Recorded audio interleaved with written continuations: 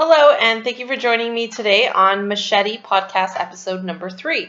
I'm Jessi Kessel, owner of Machete Marketing, and today I'll be talking to you about the Do Not Call legislation.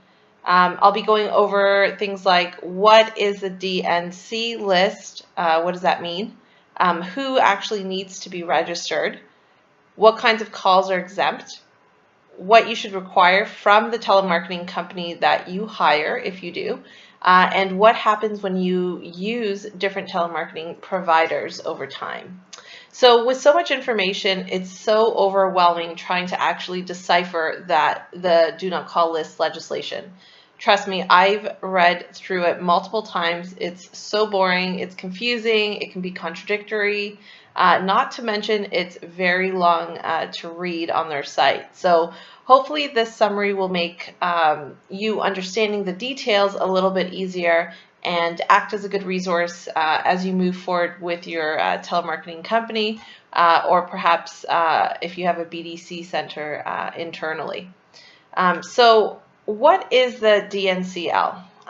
The National Do Not Call List rules actually prohibit telemarketers and clients of telemarketers from calling telephone numbers that have been registered on the DNCL for more than 31 days. So if you're caught breaking any of these rules, you will be subject to a very hefty fine. And as a recent example, I believe Raid was fined approximately $500,000 not too long ago. So pay attention so you don't put your dealership at risk. So the next thing is who actually needs to be registered. It's a question that I get a lot, considering we as an agency offer telemarketing services. Well, these rules apply not only to third-party telemarketing companies, but to all businesses who solicit on the phone for business, including dealerships. So if you have salespeople, if you have a BDC department, if you have managers who call customers or prospects to ask for business, then the following legislation actually does apply to you as well. So what does the legislation actually state? Well, everyone who either conducts telemarketing calls via a third-party company or directly in their business must be registered with the DNC. Even if the customer has done business with you before, you must still be registered with the DNC. So to my surprise, actually, an agency is not actually required to be registered if its clients are. But conversely, if their clients are not registered, then the agency or telemarketing company must be. And in our case, in our industry, most dealerships that I've spoken to are not actually registered, so it leaves me no choice as an agency to be registered, and the telemarketing companies that we contract to as well.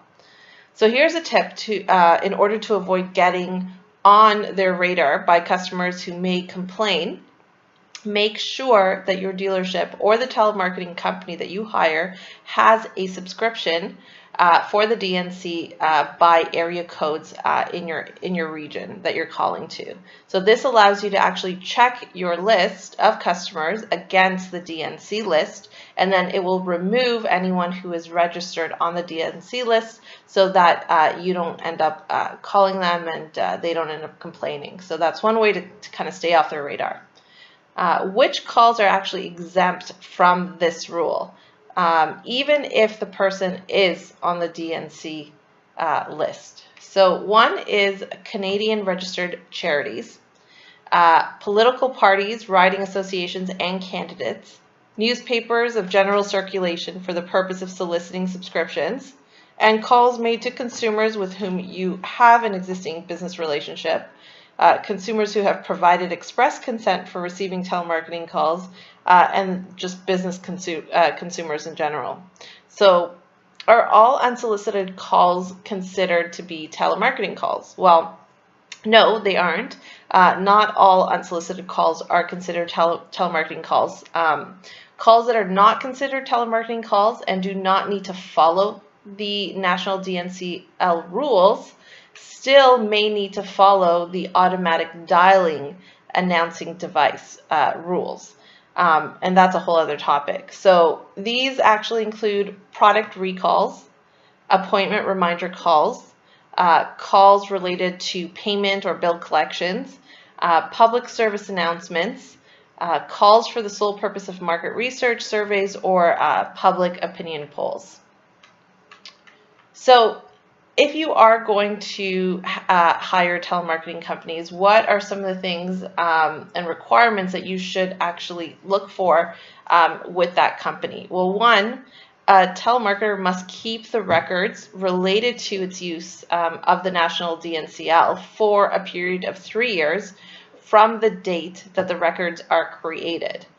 Two, your dealership or the telemarketing company must subscribe to the DNCL in order to ensure that the people on that list are not actually being called.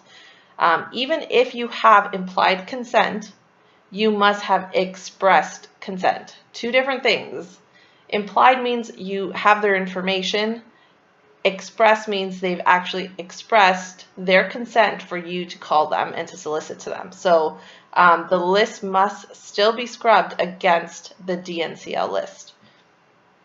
Consumers can contact you directly to put their numbers on your internal do not call list. This is a requirement as per the rules. So they must have a phone number which they can call back and be asked to be removed from that list.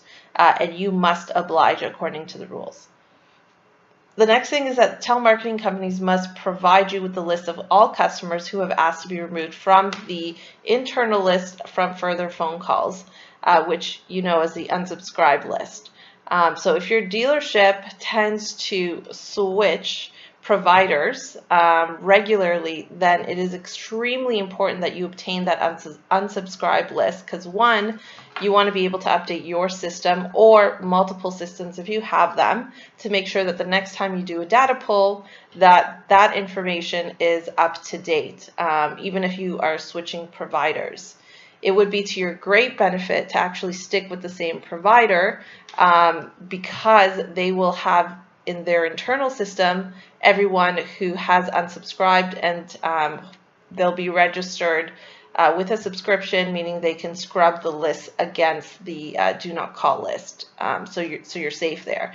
If you do switch vendors, make sure that from the previous vendors that did your calls, you got that unsubscribe list and that you provide it to the next vendor that you'll be using, because otherwise they won't know who previously had unsubscribed. And the last thing you want is for a customer to be calling and complaining that they've asked however numerous amount of times to be taken off of the list and they still haven't been removed. That is a sure way to get on the DNCL radar, which you don't want to be on. So if you actually go to machetemarketing.ca/blog, you'll be able to actually read the written version of this podcast, if you need to. So thanks for listening, and I hope I was able to provide you with enough information. Feel free to reach out to me anytime if you have any questions at all. Have a good one.